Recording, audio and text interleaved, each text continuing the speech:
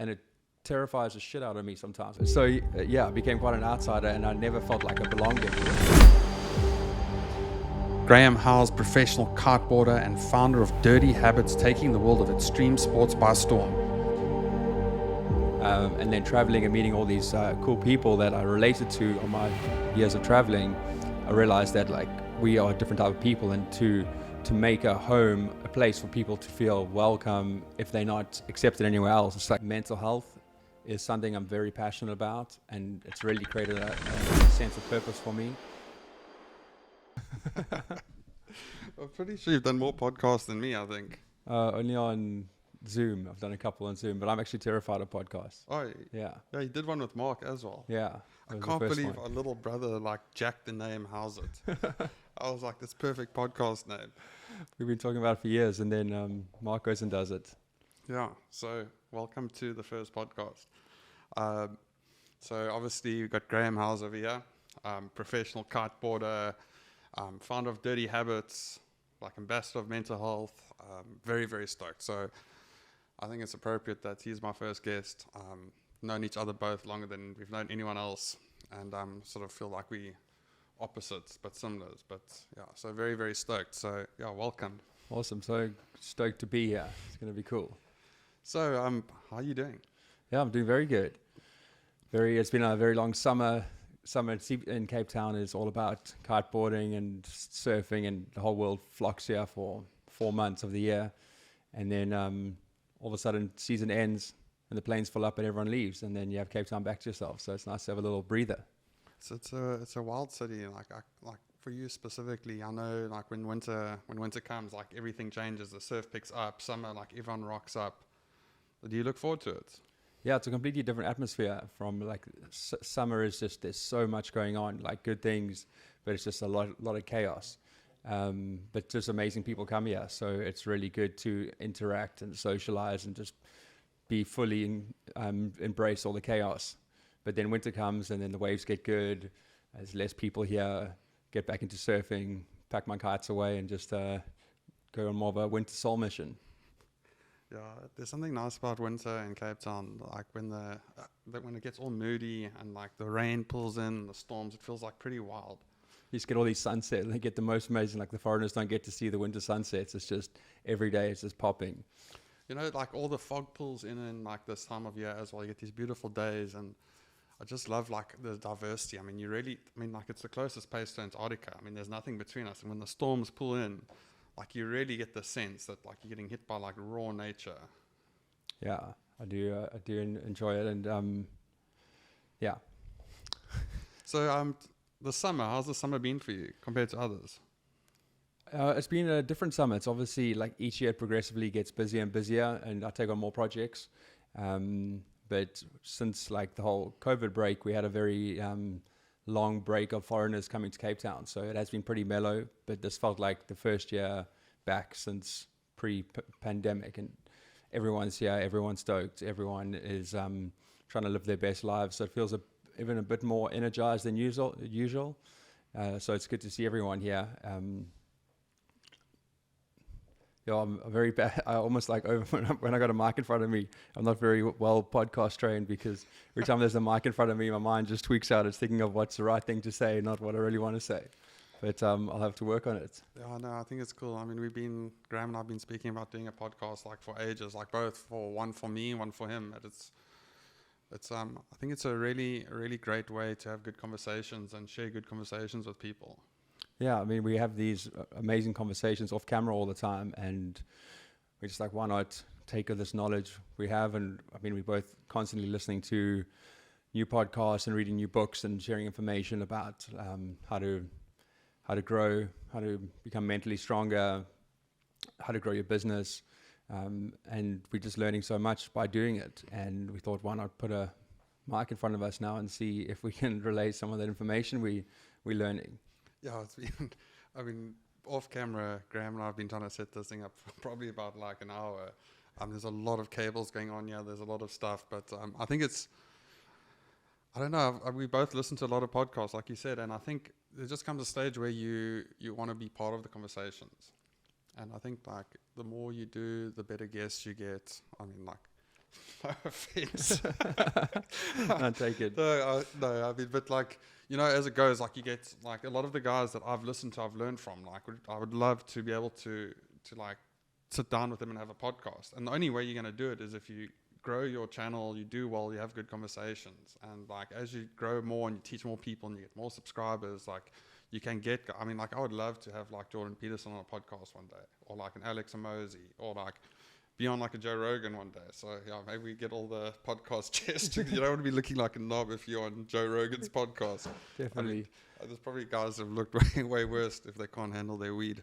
But yeah, I think I think it's just also a cool way to have like conversations, and you can just document stuff. Like I think you can look back on podcasts and you can take the sound and audio from it, like in documentaries in the future.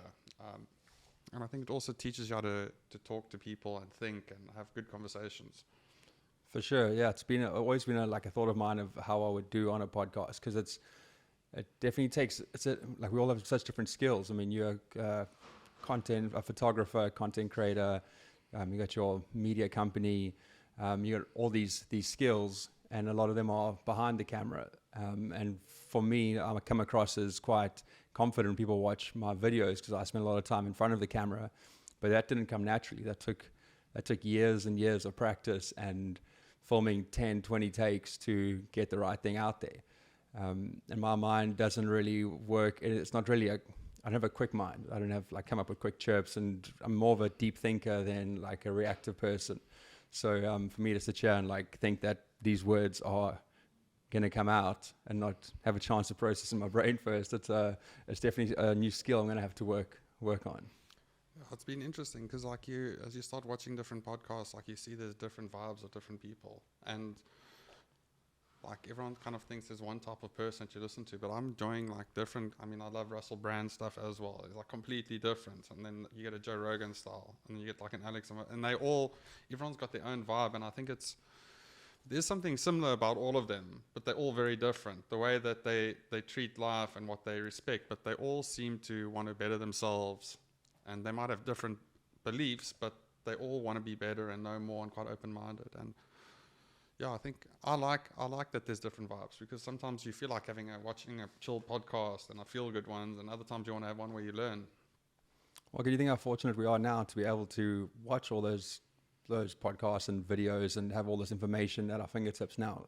Like if you were starting a business or trying to do something cool 20 years ago, I mean, you had the encyclopedia and reading some newspaper articles.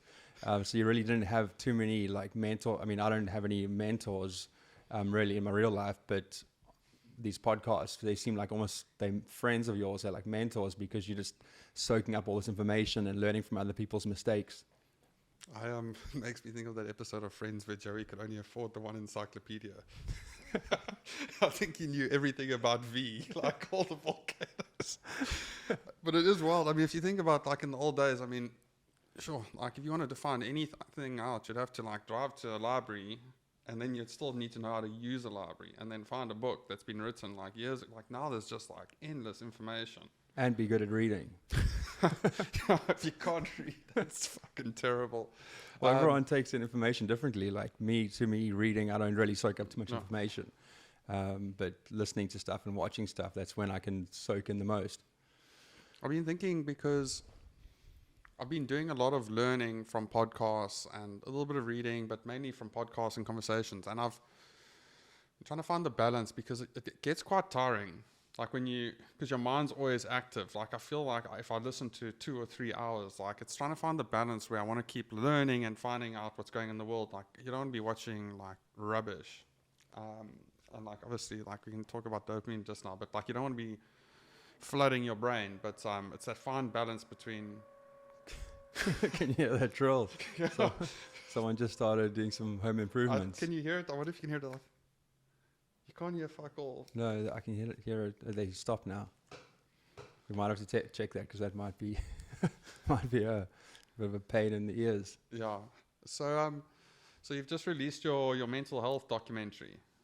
Yeah, it did. It took a year of sitting on a hard drive to release it. I started filming about a year and a half ago, and it's just been sitting on a hard drive now, like waiting to what's the right thing. I try to get it onto some networks and some TV channels, and got very far with the process, but there was just too many restrictions on what they're going to do with it, what we need to cut or change or add, or what can and can't be said.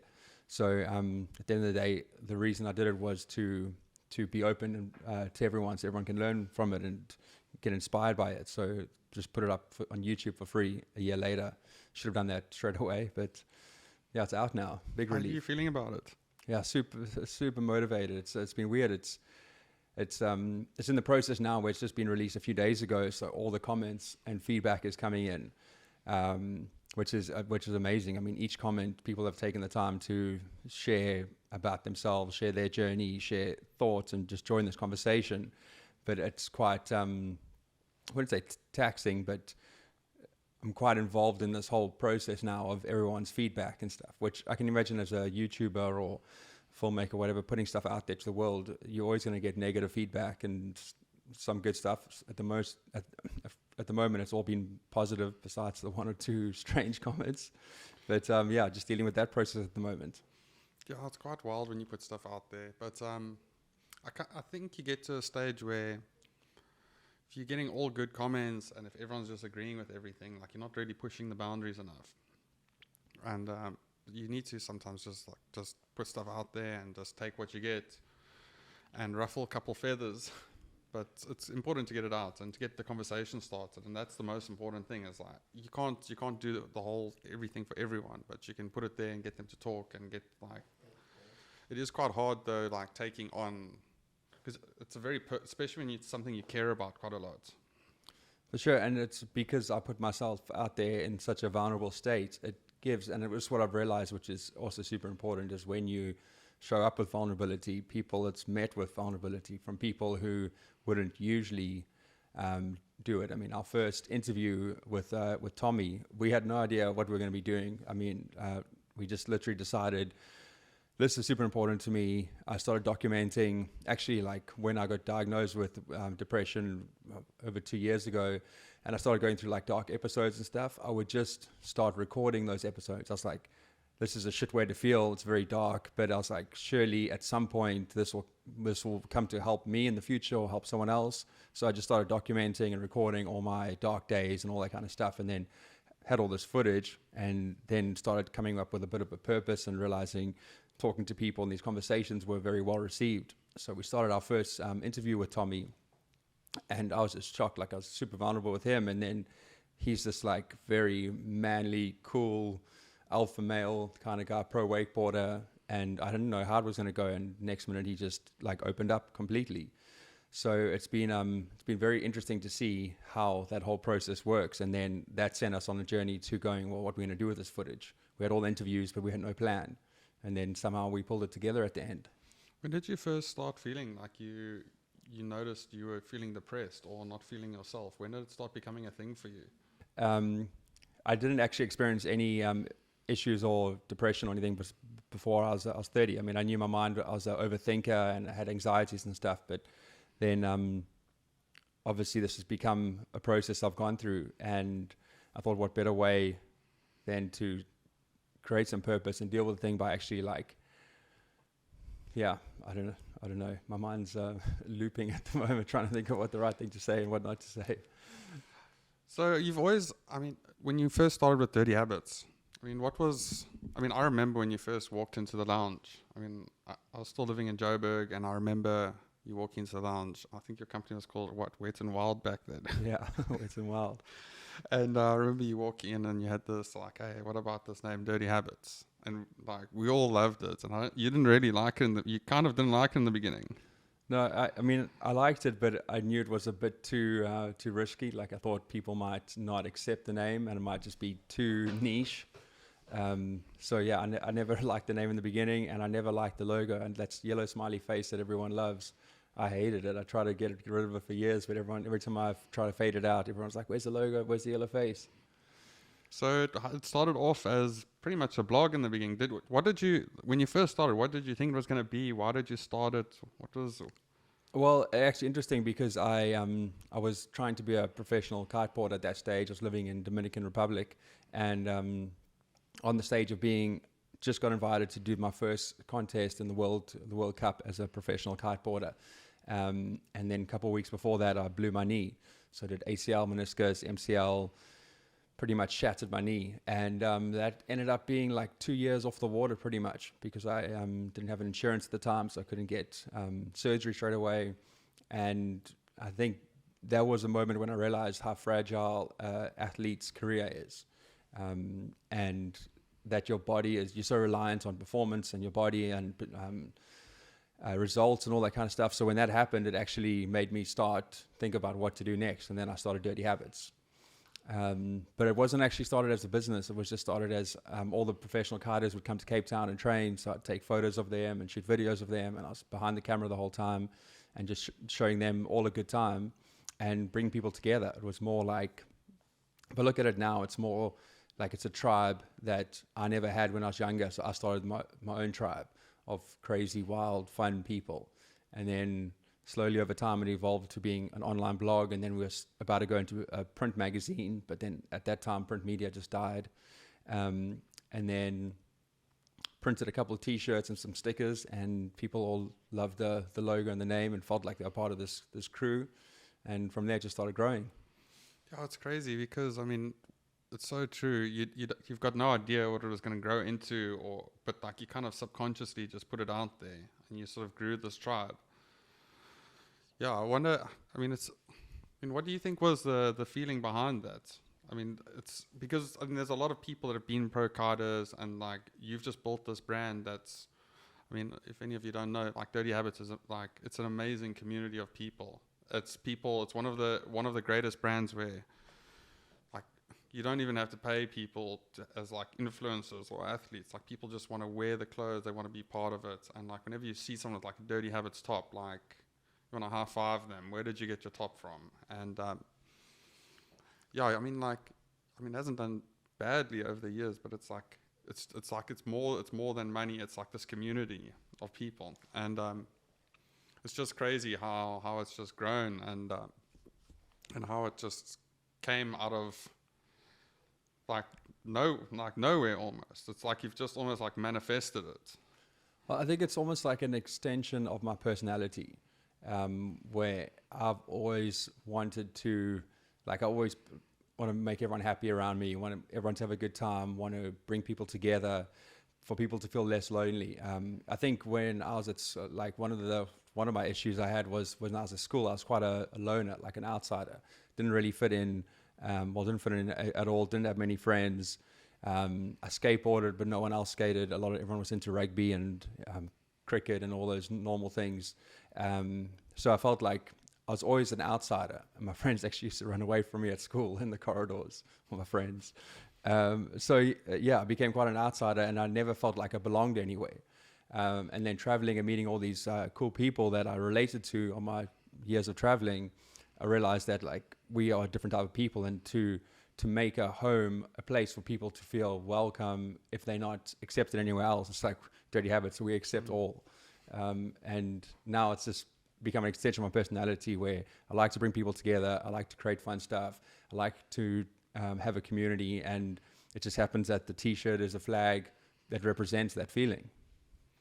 I remember when you were at school, talking about you didn't like to play rugby, which is quite funny.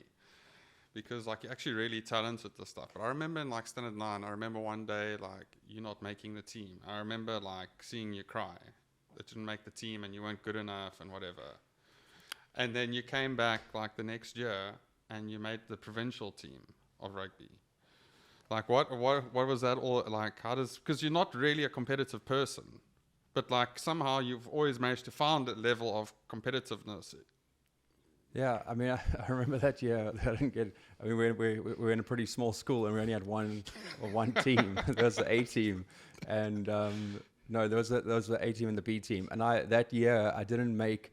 I was the reserve of the B team, so I was the last reserve. So it means out of all the boys in school who played rugby, I was the worst. There literally wasn't a spot lower than where I was, and then. I was also small. I went through puberty super late. Yeah. I mean, I think yeah, I was like still going through puberty when I was like 17 in 17, 18 in matric. And I remember how I got good as I was Blake, my best friend at school. Him and I used to go and train rugby all the time, and he was the fly off, and I was the wing, and he just learned to kick the ball. We'd go practice, and he'd just kick balls, and I'd just catch them. And we just got to a stage where we were so good as mates on the team that he could just kick a ball in the corner, and I was, well, I could say dumb enough, but I mean, I just didn't use my head much. I just like, because I've always been into crazy stuff and not worry about risks and stuff, I could just take that ball out the sky. So I remember Blake just kicking balls in the corner and take them out the sky and score tries. So it wasn't like I was a very all-rounder thing, but I could not look at anyone running towards me and just take a beating. And I think that's what, because I skated also, I think I just got really good at taking beatings. So I was just the guy who would just put his head down and just get destroyed. Yeah, so Blake is like probably polar opposite to Graham. Like Blake is like the jock of the school. Also blonde, blue eyes, but like gym boy, rugby boy, like proper jock. And obviously you're like the skater, want to be surfer. I mean, like we grew up in Joburg, and it's such an unlikely couple. Yeah. But it's amazing like how your mates, like having a mate that like being able to train with them really makes a big difference. For sure, yeah. I mean, we ended up him and I being a really good like team, and started playing like semi-provincial rugby, and got a scholarship to go and study and do architecture actually. And then I tore the ligaments in my ankle, and it was like you got to start from the bottom again. So that's also the first time I realized that it's very fragile to be any kind of athlete, because every time you get injured, you can't just take a break and come back to where you were. You got to start at the bottom again and rebuild yourself up. So I think that taught me a hard lesson also younger on. So going back to extreme sports and younger athletes, like looking back on where you're at now, I mean, because you've obviously had quite a good career. I mean, you're a professional kiteboarder, you got your own brand. Like, what sort of advice would you give to younger guys or girls wanting to get into extreme sports, like to make the most? Because obviously it's a strange industry. Like, you're doing extreme stuff, but it's very risky. You're not getting paid that much.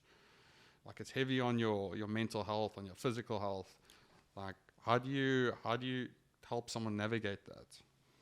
Well, it's very tricky, and I was trying to think about this on the way, because I knew you'd ask me this question. And although if I sit down with a younger person, I can give them all the advice in the world, but to put it down to one or two things is very, very hard. I mean, the industry, there is no support in it. Like, no one, you don't have a mental coach, you don't have, like, often your heroes or the people you look up to are your competitors. So no one's sharing information or helping guide the younger generation. So it's a very weird thing where as soon as you want to get into it, then you're almost competing with the people that should be giving you the advice.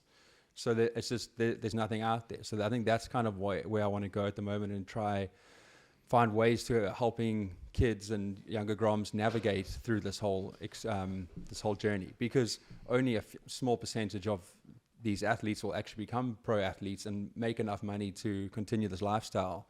I mean, most of them will get injured or not make it to the podium, and I think, I mean, from what I've experienced, is like you need to spread that all out. You can't have your identity built. I mean, that's what our biggest topic in the documentary is, identity. And people identify themselves as like, they grow up, I want to be a professional kiteboarder or professional soccer player, or I want to be the best at this. So your identity is linked to that. But I'd say if you can find characteristics about yourself that you identify at, that like, I'm super determined, or whatever it is, like enjoy playing the sport or enjoy participating, then you can use those characteristics to grow other aspects of your life, in business, starting a new business, doing other things.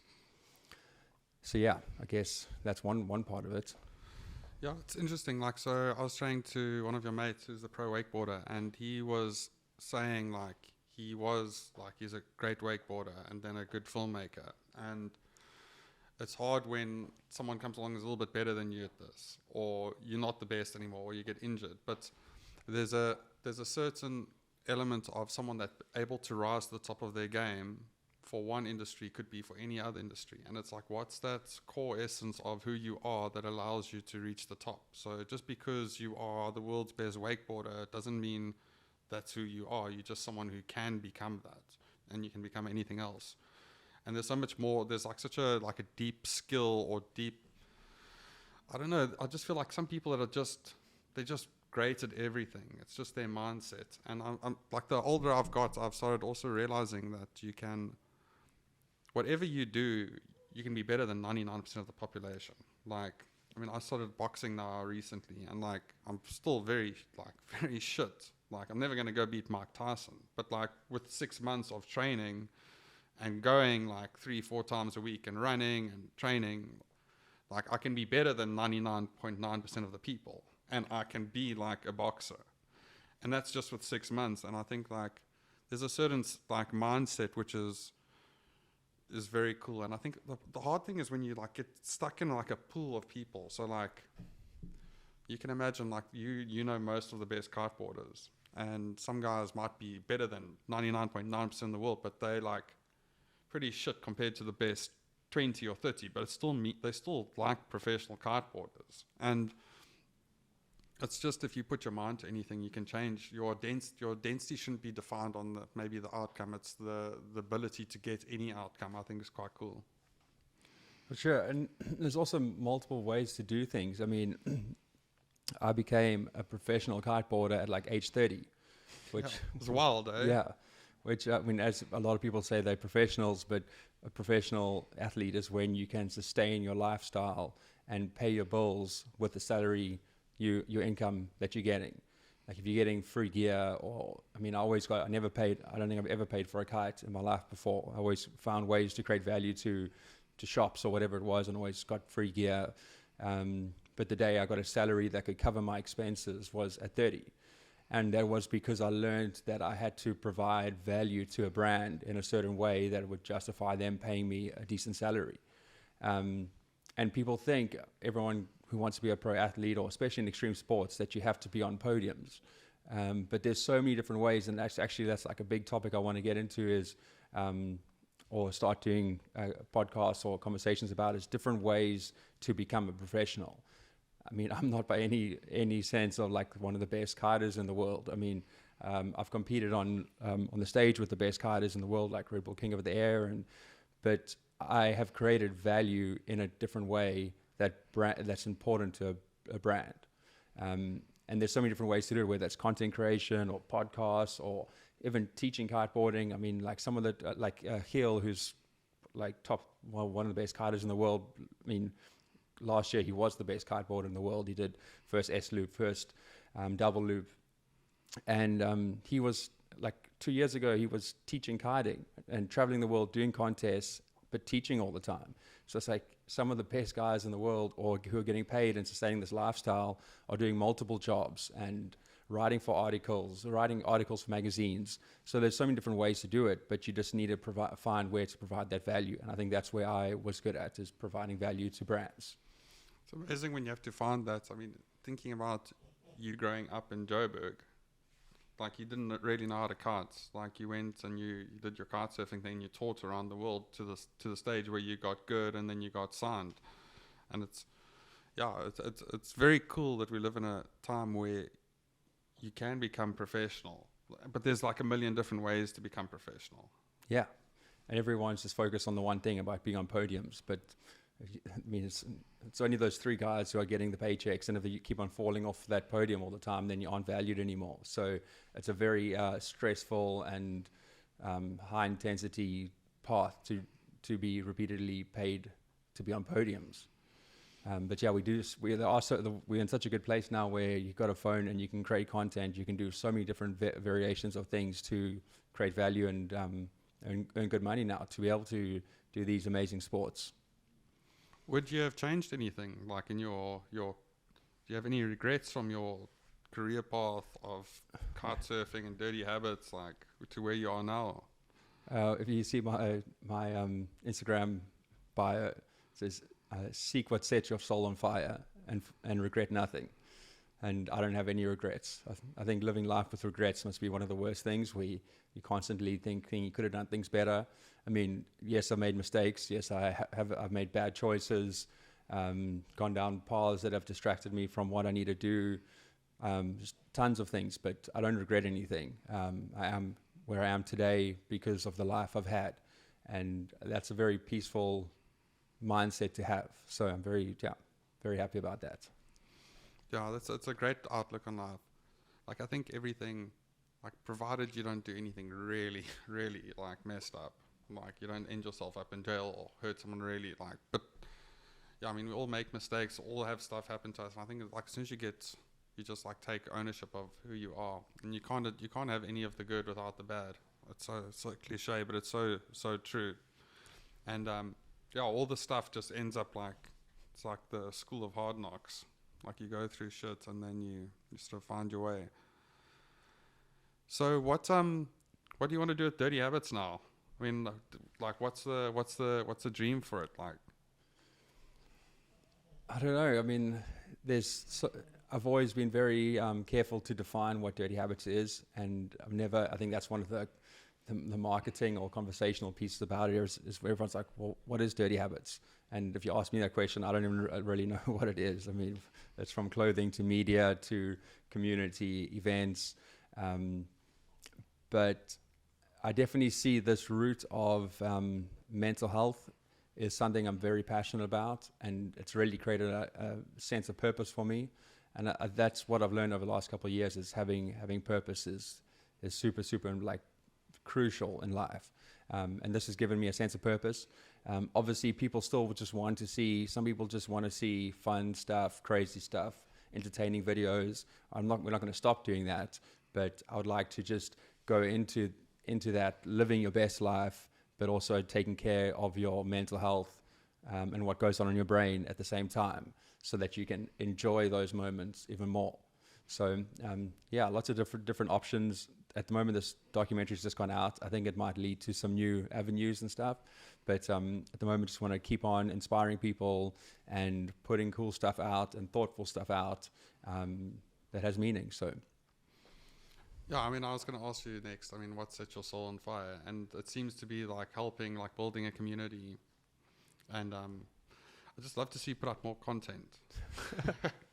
yeah, I mean, I've got tons of content sitting on hard drives.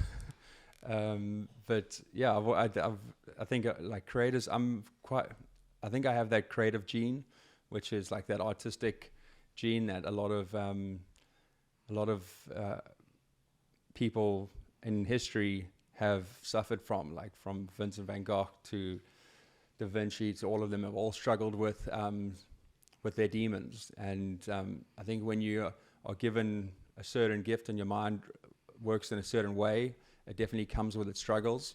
And I think that's something I'm constantly dealing with, is creating stuff but not feeling it's good enough to put it out there, doubting the content that we make, doubting the art I create. It's just there's a lot of doubt, so that tends to hold me back in a lot of the things I want to do. A lot of times I'll shoot a video and it'll just never get edited or never make it online. So I'm trying to become better at that, just trusting that this is what people want to see and this is what makes the world a little bit better. So I'm going to keep on trying to just be more productive with that kind of stuff. So the other thing I want to chat to you about is like your own mental health. What do you do? Because I mean, mental health is quite broad. It's like you can look at it in terms of like mental illness or people that are struggling with mental health, but it's also, you can also look at it in terms of like the same way you work out in gym, like physical health. Like if you want to be in good shape and you look after your body, like you go to gym, you eat the right stuff. With mental health, it's the same sort of, there's certain things you can do and understanding how your brain works. So you've experimented with a lot of stuff. I mean, like from cold water to intermittent fasting to like not drinking to everything. So yeah, I mean, like what do you do? What have you found that's worked well for you? Well, I mean, as you say, mental health is very broad, and like I don't want to comment on every aspect of it because some stuff is genetic, some is chemical, some is it's just the way that you are. And there's completely different ways to treating everything. I do think there are steps you can take to ensure the best outcome or the most success in dealing with it. And I mean, I realize that, as you say, just as your physical health, you have to maintain it the whole time. So I'm in the stage right now where my mental health is better than it's been in 3 years, but it's a constant effort the whole time. I have to manage it. I have to, like my days start, like, wake up early, take a run on the beach or run to the park, have the ocean's cold, so have a cold swim and stay in the water for like 5 minutes, or a cold shower. Don't turn my phone on until like an hour after waking up. Drink tea instead of coffee for the first drink. Write in my journal. And it's all these processes that I'm doing to maintain like the best possible state of mind. And as soon as I stop doing those things, because when everything is good and I'm in a good headspace and I'm feeling great, I stop doing all those things. And then all of a sudden I realize, like, one day I'm just sitting on the couch and just depressed or super anxious or not able to make decisions. And then I realize I haven't been exercising, I haven't been journaling, I haven't been meditating. So yeah, constantly trying to adjust all the time. How wild has been understanding dopamine? Yeah. It's crazy, eh? It's crazy. Yeah, so both Graham and I have been like studying dopamine quite a bit. So both of us have ADHD, which is obviously you struggle with dopamine delivery. And it's strange, like before I almost grouped everything into depression or whatever, but like understanding there's a difference between like depression, like lack of motivation, like a dip in dopamine. Like it's wild when you start understanding all this. And like when you learn how to manage like your dopamine, like, and all the things like cold water exposure, like limiting social media, and you can sort of have like a stable dopamine like baseline. It's amazing how much better life gets. For sure. The thing that I can like attribute most of my growth to is, or like coming out of those dark places, it was educating myself and just being educate, learning how your brain works, learning how the chemicals in your brain works, how to maintain and manage those things. And I think like that Andrew Huberman has been, I know you and I just send each other links to these new videos all the time, but that's just been like one of the biggest things for me, is just realizing how my brain functions, that like my dopamine gets low. In the past, I'd be like, well, when I'm super low, thinking like trying to do everything to get out of it. But now I realize just sit with that for a while. If I'm down for a day or two or a week, it's going to get better. Whereas before I'd like try fight it, I'd question myself. So understanding like dopamine and all these different things has been super, super valuable to me. It's crazy. So like I know, and one of the crazy things he says is like if you have a massive spike in dopamine, like sometimes you just have to wait it out.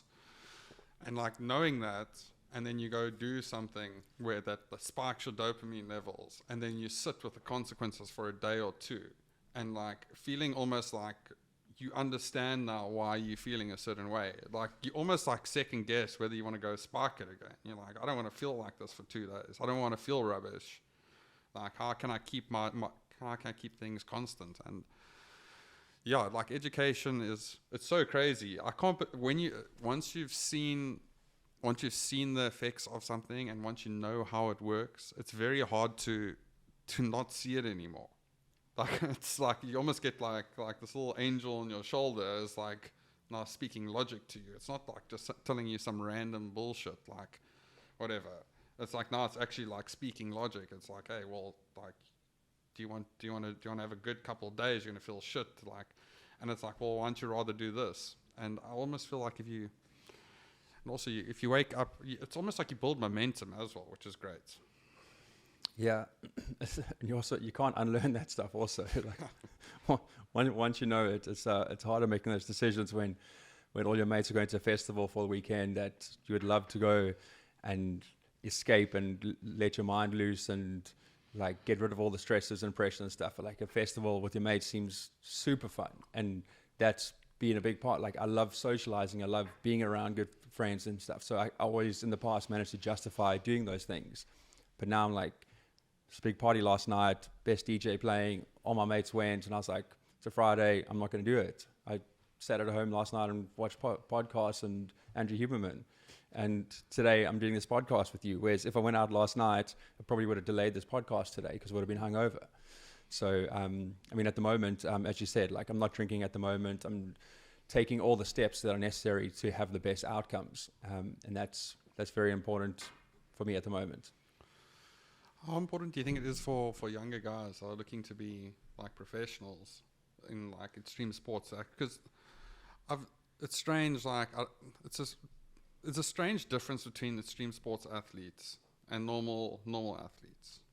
Like extreme sports athletes, they obviously get paid a lot less on average. I mean, you obviously get the guys that do well, but they're sort of like the outlier. But like professional kiteboarders don't get a lot, but they're still athletes. But like if you compare it to like say like a professional rugby player or like maybe it's a contact sport thing, or like professional like a sprinter or a swimmer, like they seem to be a lot more strict. But we're seeing like a younger generation of guys coming up. I mean, there have been some. I mean, like Kevin Longeray, if you look at him, like he's been super strict, and like I've always seen him as very healthy. Jesse Richmond also. It's Do you think it's How do you balance that? Because like obviously the guys doing extreme sports are a little bit wild, a little bit loose, and that's kind of like also their appeal, but like also the keeping things like super healthy and being the best version of yourself to perform. How do you balance all that? I definitely think it's changing, and it's great to see it is changing, because the years when I was at my peak and traveling and engaged in this whole extreme sports and kiteboarding community and stuff, it was very different. It was all about the parties and the fun and the craziness. And if you just go back and look at some of our videos from 5 years ago, and you'll see drinking beers out of shoes and funnels and sessioning, and it was very accepted and just part of what it was, and which I'm glad it happened, because it made for some amazing memories, and I loved every moment of it. But I look at the younger generations like Luca coming up now, Jason van der Spey. There's all these younger kids now who are really good, but they're actually athletes. Whereas before, these kiters weren't athletes. Like the King of the Air, when we did it, when I was in it like 8 years ago or whatever it was, we would all stay in the same house together, party every night together, before the contest, after the contest. Which now like everyone's actually taking it seriously, because they're realizing there is more money involved, there is more consequences, and the guys are gymming in the morning, having 3 sessions during the day, not drinking, eating healthy, taking decisions to do it. And I don't know if maybe because they got the support from their parents about doing it, or just realize that there's a shorter window, and maybe they're just more educated. Maybe there's just more of a trend. So hopefully this trend goes in that direction, where people actually take it more seriously. Yeah, it is nice to see. I think, I don't know if I feel like I'm seeing it across like everything, not just extreme sports. Like I'm seeing a lot more like there's a big divide. I feel like there's guys that got really useless and guys that are getting really good. I feel like there's no middle anymore. It's like guys are either taking life really seriously. Like I'm even with photographers and stuff, like you check, or filmmakers, you look at like Sam Calder, like he's just miles ahead of everyone else, but like you look at him, like the guy's doing backflips off huge cliffs, he's playing the piano, he's doing handstands, he's a great filmmaker, he's doing a course, like he's got his own brands, he's like it's just next level. And I feel like the average person just can't compete with stuff like that. Like if you want to make a difference in life, you have to be good across all avenues, and to do that you got to be fit, like, and have like your mind needs to be solid at the same time. It's strange in extreme sports, because yes, that is all true, but you do, because it attracts this crazy, wild, risk-taking mind.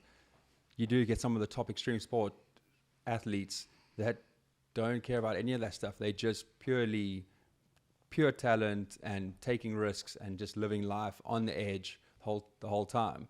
And they do go out there to do great and amazing things, but it's very rare. Not everyone. That's not a very sustainable path of doing it, because a lot of those guys end up like losing their sponsors, or like falling off something, or dying. So it is that route is it's starting to see that that's not a sustainable route, and people are putting more awareness around it. But it still is. You can still be an extreme sport, and we are surrounded by athletes that are just really insanely skilled at something, and they just go on to just do amazing things.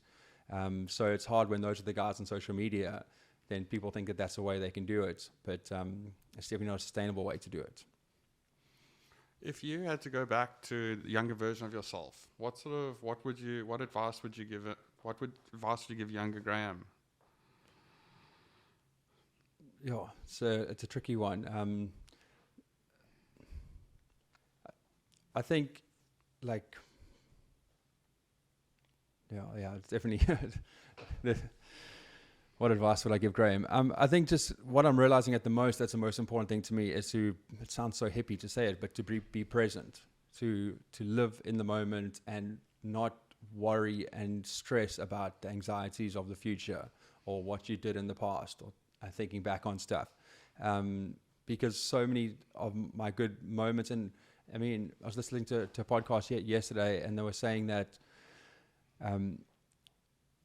if you had to stop stressing about everything and you had to stop all your anxieties and stop worrying about everything, how different would your life be in 5 years' time where you are? Like, how different would your business be? How different would your career, or how good you would be as an athlete? And it wouldn't be much different. If you had to take away all the stress and worries about stuff, you would still be on the same path because you made general decisions and goals to be in a certain place. And when you're just worried and stressing about stuff, it just steals so much of the present moment and the joy out of things. So yeah, that's what I'm learning the most at the moment, is to just enjoy the process. Life is a journey. I'm trying to embrace that. Whereas I've spent so much time in the past worrying and stressing about stuff that doesn't make any difference and won't change anything. Yeah, it's crazy. Like, I feel like a lot of the time the shit you're worried about doesn't happen. And if it does, and like, generally the stuff that happens that's bad is not the shit that you're stressed about anyway. It's like all the bad shit that normally happens, you haven't even imagined it's going to happen. It like sort of hits you out of nowhere. Because nothing in the future is guaranteed. So your worries are never confirmed that they actually going to be like come to life. So yeah, it's a very hippie way of thinking about it, and it's got this very like stigma attached to being present and living in the now. But that is it's the hardest thing to do, I think, for me, is to be present. And when I am, and that's why like traveling puts me, and I mean, all these extreme sports, kiting, traveling, they put you in the present moment. And that's why I love them so much. And that's why I think these people are so, do them so religiously. And because it forces you to be present, and you'll realize, like, while you're doing it, it's called the flow. They also call it the flow state. And when you're in the flow state, you just perform so well. Everything just falls into place. So, yeah, I guess that's trying to get more of that. Yeah, it's hard to be.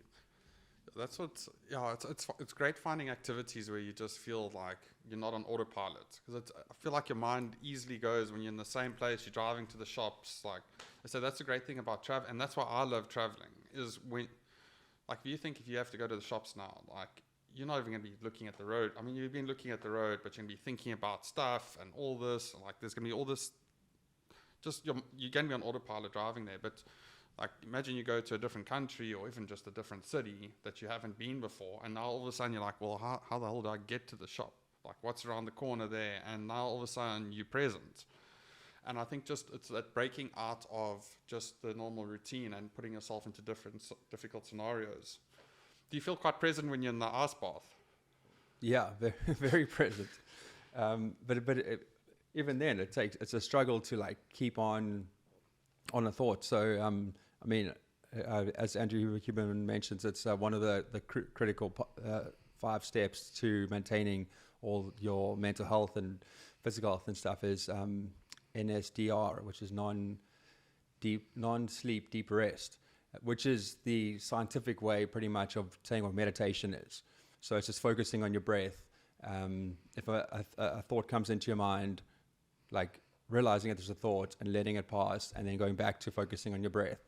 So it's not the meditation as you call it, but it's the same function. And when I'm in an ice bath, even still, like in all that pain, I still got all these ideas and thoughts coming into my brain the whole time. Really? You Yeah. said the first time you did it, you got quite emotional. Yeah, so I did. Alex, my team manager at North, he's a Wim Hof instructor. So during That's hardcore, eh? yeah, very hardcore. That's a full-on ice bars, breathing, deep breathing, and meditation. And he took us through one of these courses. It was during King of the Air. So I think it was myself and Ruben, Nick Jacobson, Jesse Richmond, and then we had this little session where we went through a Wim Hof session, and I think what we did, like 5 minutes in ice bars, deep breathing for about half an hour, and it just brought out all of the trauma. Like it was amazing. It was like quite scary. Really? Yeah. Halfway through the breathing stuff, well, as soon as I finished, stopped the actual course, I just burst into tears. It's just like this something came out of me. All these traumas just came out of me, and I just sobbed like a baby. What do you think it is? I mean, I know there's definitely scientific stuff behind that, like what that reason is, but I'm not going to comment on it because I don't know. But I know that breathing and all these techniques you can do can release traumas, because I think as people we just hold on, we just like have all these traumas in us, and they constantly there and affecting our decisions and our actions and all that kind of stuff. And I think that's what the process I'm on at the moment is trying to find these traumas and trying to release them and trying to deal with them so that they don't affect my actions and my decision making and my relationships. It's just weird that breathing and breath work and ice bars can release that stuff. Yeah, I like when I first heard that, I was like, because I've been in the cold ocean, I've had cold showers, I've never done like ice bath. Weirdly enough, because it's not something you find around. But when you first told me that, I was quite, yeah, like logically, without me doing it, I just can't. And I feel like I'm quite a logical person. I just can't think logically how that would happen. But Well, I can kind of intuitively feel it, but like logically, I just can't tie it up. Well, so that was, I would say that wasn't the ice bath, that was the breathing. The breathing? The breathing, because you do this heavy, deep breathing where you almost like hyperventilate. I don't know the scientific words for this kind of stuff, but you're breathing so much and so deeply that you almost start tripping and hallucinating. And when I did the breathing, I remember feeling like I was high on drugs. Like Really? It felt like worse than being stoned out of your mind or high out of your mind. It was like one of the most powerful hallucinations and tripping feelings I got from it. So I think when you do these, when you tap into these tools that change your state of mind, it gives your mind a chance to see things a little different. And I know we've spoken a lot about mushroom therapy and psychedelic therapy and all that kind of stuff. And I definitely think that stuff is super powerful. And I'm researching at the moment if that's something I will try soon, which I think I will. But I think psychedelic therapy and mushroom therapy, I think, is a cheat code to doing the actual work. It definitely does work, and I know I've spoken to so many people, listened to so many scientists, and everyone's speaking about it, and I know it can work, but it is the cheat code. It's the easy way out. Like, we should do the real work, which is meditation and breathing and writing and getting more in tune with our stuff. Whereas when you take these psychedelics or do the breath work that brings a change of mind, then obviously it gives a chance for your body to release these things that you're holding in. Yeah, I haven't like meditated much per se. Like, I don't put aside like specific time where I just sit down and just meditate. I mean, I have a little bit, but I've been doing a lot of like running, a lot of stuff where like I'm in my own head. I'm like spend a lot of time alone, and it's amazing. Like, the more you do it, like the stuff I'm thinking about now is only the stuff that really happened yesterday or today. Like, I'm not really thinking about any of like the old shit anymore. Like, I feel like I've gone through all like my dark caves, like put a light on there, and yeah. So it's amazing the power of meditation. But yeah, mushroom therapy is wild. I mean, like I've done it unofficially with myself, and it definitely allows you to be more open-minded about stuff that's going on in life. But it is very interesting. I hope it becomes more mainstream, and I hope it comes more mainstream where you get good psychologists or whoever that can administer it and help guide you through it, because I definitely think there's a lot of stuff there. It's a good way to, because I think with people in the beginning, it's very hard to, when you're in a really bad spot or a really dark place, or your mind's programmed a certain way and you just can't get out of it. It's very hard to be like, okay, go meditate. Like, because you're so far down. I think sometimes you just need something that can just help break you out of the cycle or just put you on the right journey. But I think it's also, you don't want to be someone that's doing it the whole time and it sort of then becomes your crutch. Like, you can't deal with shit. Because I think it is easy to become a mushroom man that lives in the forest and becomes very, very like theoretical. And Well, I think that's been my biggest fear about experimenting too much with psychedelics, is that you can go too far. I've seen many people in my life go too far with psychedelics, and it really changes like the person they are completely, and they become more compassionate, and they're more connected, and that they have now more characteristics or values that seem like they're positive in the world, like the values that you would want to have. But this world is so different, and so like society is so structured in a different way that if you have all those thoughts, you can't really, society doesn't accept it. So you almost outcast yourself, where these guys and friends that I've had have ended up moving to the wilderness. I mean, the wilderness is just full of people who have gone too far with psychedelics and then not been able to live in normal society, and then move to the wilderness to go and be with other people who like think literally wilderness by Nasna there. Yeah, there's a name for it. I forget what they call it something, where it's like it's a place for these people. And there's nothing like it, that's amazing. That's if the world was different, I'd want to be one of those people who just is really connected to nature and sees things for what there really is, and expanding your consciousness and all these magical, amazing things. But I like to stay in the real world because that's where I think I have my value. And if I had to do that and then not be able to make videos or podcast or be on social media, all that kind of stuff, then yes, I'm winning. I'm happier, but I can't translate that into the real world. So I just want to keep my one foot in the real world, one foot in the spiritual world. There's a world that we all live in. It's almost like there's this fake world and the real world, and they talk about the Matrix or whatever. But whatever you want to call it or whatever. But like there's definitely people definitely, we talk like live in like autopilot, and you're not aware of what's going on around you. And I think it's like as soon as you realize the world that you live in, like you either you can't just stay in your normal. Once you see the truth of what's going on, like your dopamine being hacked, like a lot of like like there's a lot of stuff going on. But once you're aware of all of that, it's very hard to stay in the same position, and you either need to like not care or care a lot and like fight to get out of it, or like just go somewhere else and live a simple life.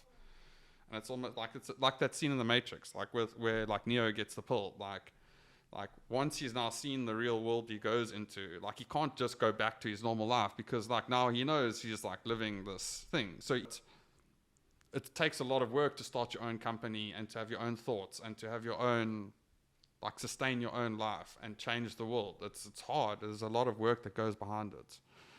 So it's almost like, do you want to see what's like, do you want to see your life or the world for what it really is? And do you want to change it, or do you want to escape it? Yeah, life. I don't even know where to go from there. We've done a bit of a rabbit. For anyone that's wanting to start their business, like talk to me about, because you've had quite a unique way of building your business. Like what is? I think Dirty Habit's going to do really well one day. Like it's already done really well, but it's done amazingly in the sense of getting people to talk, building a community, helping people, making people feel at home. But I feel like it's still going to be a great business as well. And it's quite important. So obviously, it's weird, like money's a weird thing. Like you almost don't want to make money because you don't want to make a business about making money. But without making money, you can't do more stuff and help more. And unfortunately, money is linked to things. So what would you say has been the key to making Dirty Habits so successful, and how do you want to take it to the next level?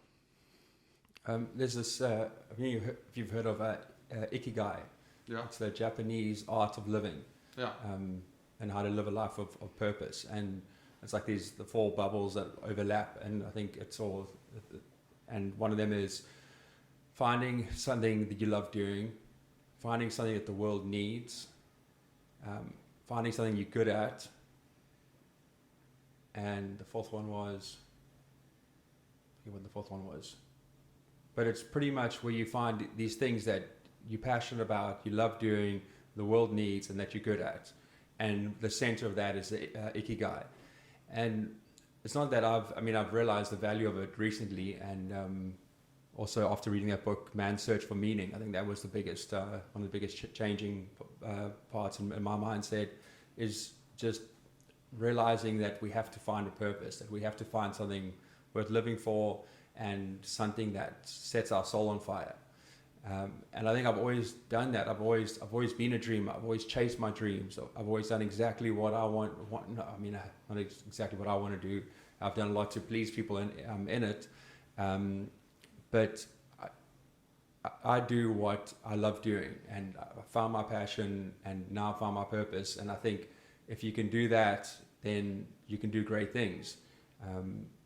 So I think just don't worry about what people think. Like, there's a lot of, I literally had a call from, after this documentary went out, one of my older friends who used to own a cable park in Johannesburg, and he said to me, he's like, hey, do you remember the day where you asked me about Dirty Habits? This was about 10 years ago. And he said, I told you, don't start Dirty Habits. That's a shit idea. And he's like, I'm eating my words now. I'm so glad you did it. And I was actually grateful for people like him who said that, because I don't like accepting what people think is the way, and it almost gave me fuel to do what I wanted to do. People saying no, like stick to what you believe in, like what you love, what you think is right, and what makes you happy, and just go for that. The rest will just come.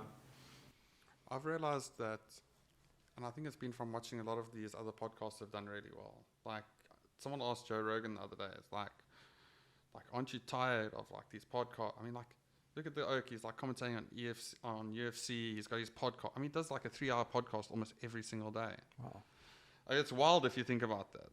And he's having these conversations every single day. And he's like, no, it's not an issue for me. Like, he loves doing it. And it's one of those things that's like, I'm also trying to find how I interpret this, because they always say, like, love what you do, and you'll never work a day in your life. But also there's a lot of stuff that you also have to do that you don't love, and that comes with duty and stuff. So I think in the beginning, maybe you get to a certain stage, but I think we all got a lot more time than we think we've got. Like, I know for me personally, like back in the day, I almost did everything so aggressively, so quickly, and then you stop because it's not sustainable. Like they say, when you diet, like, choose a diet that you can live by for the rest of your life. Like, if you do a shitty diet, like, you're going to do it for 3 months, you might lose weight, but then you're going to be so over it, you're going to stop and you're going to get fat again. Like, rather be like, okay, let's be moderate. Like, what am I happy to do with my whole life? And I think that's one of the keys to doing well, is finding something you love, understanding that sometimes there'll be stuff that you don't love, but like, if you can't compete with someone that loves what they're doing and does it. For sure. Maybe I'll give a bit of more practical advice, because as one of the YouTube comments said on the documentary, it sounds like a whole lot of eat, pray, love bullshit. Yeah. And maybe some of the stuff we've been talking about is quite like ideas and feelings and like intuitions we have and stuff. But there is a lot of practical advice we could give also about stuff. Maybe that'll be the next podcast. But something that's very practical that helped me get Dirty Habits and got to you to where you are today. And we both have this in common. And this is advice I give to younger people starting a business or starting a brand, is like, I've seen so many brands start around me by my team writers, by friends of mine, and they like a carbon copy of Dirty Habits, but they have more money behind them. They've got parents who support them or fund stuff, or they have a skill that they're really good at, or they have something that is going to be better than what I can do. And it terrifies the shit out of me sometimes. I was like, this brand is going to crush us. It's going to do better than us. They're going to take the market away. They can whatever. And then I'll see it and I'll worry about it, and I'll see them growing and see them growing super quickly because it's more relevant and more trendy and a younger generation. And then in 2 years' time, bam, it's done. They run out of money. They run out of energy. That all comes to an end. And I've just seen for the last 10 years, I've just seen brands start and companies start, and they go for 2 years and then they don't make 2 years. And I think what you and I did differently was, I've been doing Dirty Habits for 10 years, but I've only actually been doing it full time for about a year or two, where I've relied on that salary. But I still get a salary from my sponsors as a cartboarder. So I've never had to rely fully on that as my sole income. Before I used to do house rentals, holiday rentals, car rentals, events, shooting videos for Red Bull and Porsche, media. So I'm doing so many different jobs that have nothing to do with the brand to bring in a revenue that can sustain what I'm doing and grow it organically over years. Where now 10 years later, now it's finally making enough money for me to do it full time. And you did that with you were an investment banker for how many years while you started your Instagram on the side? And that was like, if you didn't do that, I remember the day you stopped doing it was when you matched your salary on what you're earning as an investment banker. You matched that from clients from social media. And that's why you're here. Yeah, and I think it's the best part about it, doing it that way, is that you do it the way you believe it should be done. Like, you're not, when I started photography, and probably when you started Dirty Habits, we weren't trying to make money from it. We were trying to do something we loved. And we sort of really, I think that's why we got good at it, because we weren't doing it for the wrong reasons. And I remember when I transitioned to photography and videography more, and having the production company, like, it was took a lot of the shine away from it. Like, when you're working for, like, you do get amazing brands to work with, but like, there's nothing worse than working for a brand and they asking you to shoot something you don't believe in, and like, really kills the passion, and you're just like pushing, and like, then it was hard for me to do. But like, now that I've also like started working on business again, like, now I'm enjoying photography again because I want to do it and I enjoy it, and it's made my work unique and special, and that would possibly make me earn more money from photography, because I can be different, because everyone's trying to look the same because they're trying to feed the algorithm. They're trying to make videos that they see other influencers doing, and they're trying to get work on it. But end of the day, they're ending up making shit that they don't want to make, and like, people are probably tired of making. And as soon as you go out and like, screw what the rest of the world expects, I'm going to do this, and I love this, that's when the real art comes out and the real passion. It must be so hard being a creator now, because you're doing stuff for the algorithm, and you start doing what you love doing, and then you realize that the algorithm likes to see certain things, and then your fans start to like the certain thing, and a bit before you know it, you're making content that you don't really want to make, but the people want to see, and the algorithm values.